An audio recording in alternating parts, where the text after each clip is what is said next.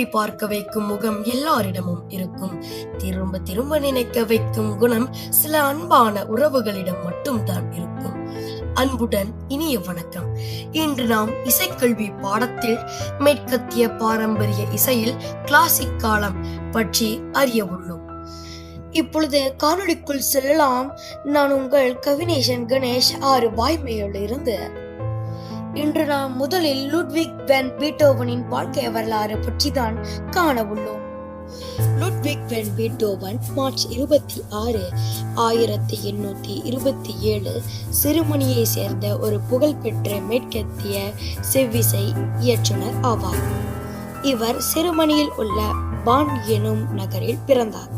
Piano கருவிக்காகவும் பிற இசை கருவிகளுக்காகவும் சேர்ந்திசை நிகழ்வுகளுக்காகவும் பல செவ்விசை ஆக்கங்கள் செய்துள்ளார். மேற்கத்திய கலை இயக்கத்தில் மரபார்ந்த மற்றும் காதல்சார் காலகட்டங்களுக்கு இடையில் ஒரு முக்கியமான இசைக்கலைஞராக இவர் கருதப்பட்டார். அனைத்து இசையமைப்பாளர்களிடமும் மிக பிரபலமான மற்றும் செல்வாக்கு மிகுந்த ஒரு நபராகவும் அறியப்பட்டார். இவர் ஒரு சிறந்த பியானோ வாசிக்கும் கலைஞரும் வயலின் வாசிக்கும் கலைஞரும் ஆவார். இவர் ஒரு சிறந்த இசையமைப்பாளராகவும் இருந்தார்.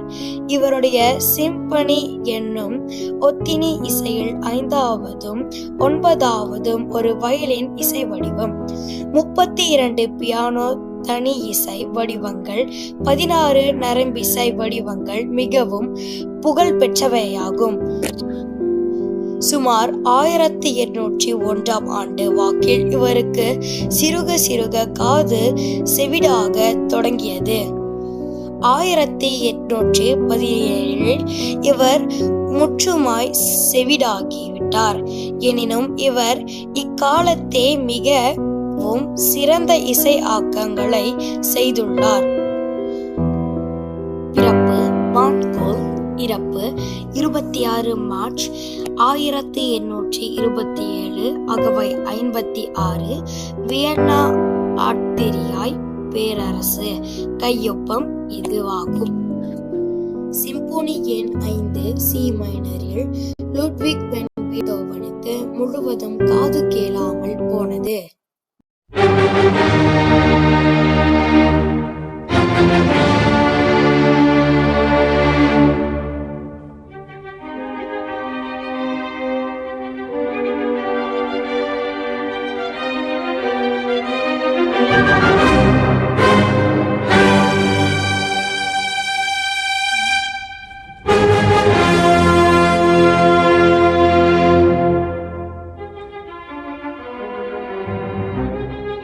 அடுத்ததாக வோல்ஃப்கேங் அமேடியஸ் மோசட்.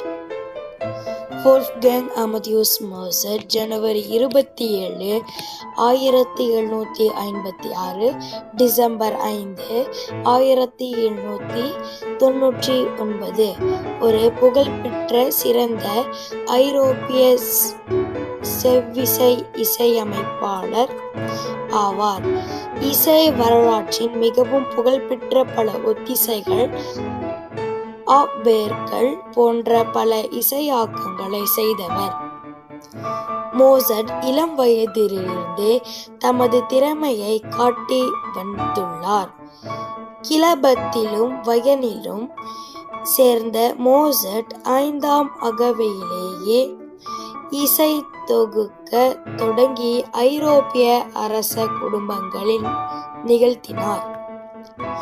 17வது அகவையில் சால்சுபர்க்கு அரச இசைக்கலைஞராக நியமிக்கப்பட்டார்.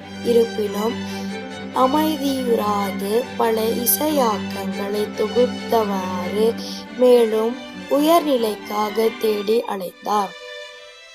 இவ்வாறு 1781 வியன்னா சென்றபோது சால்சுபெர்கில் பதவியிலிருந்து நீக்கப்பட்டார்.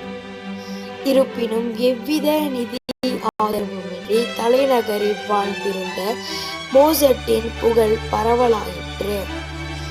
வியன்னாவில் அவர் இருந்த கடைசி நாட்களில் அவருடைய பல புகழ்பெற்ற ஒத்திசைகள், ஆபேராக்கள் கான்சேர்டோக்களை எழுதினார்.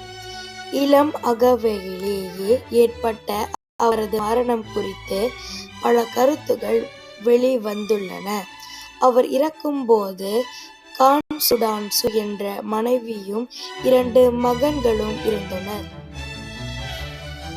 பிறப்பு: ஜோவனஸ் கிறிஸ்தோஸ்மஸ் வால்கேங்கஸ் தியோபிலஸ் மோசட், 27 ஜனவரி 1756, சால்மைர். திருமுழுமக்கு 28 ஜனவரி 1756.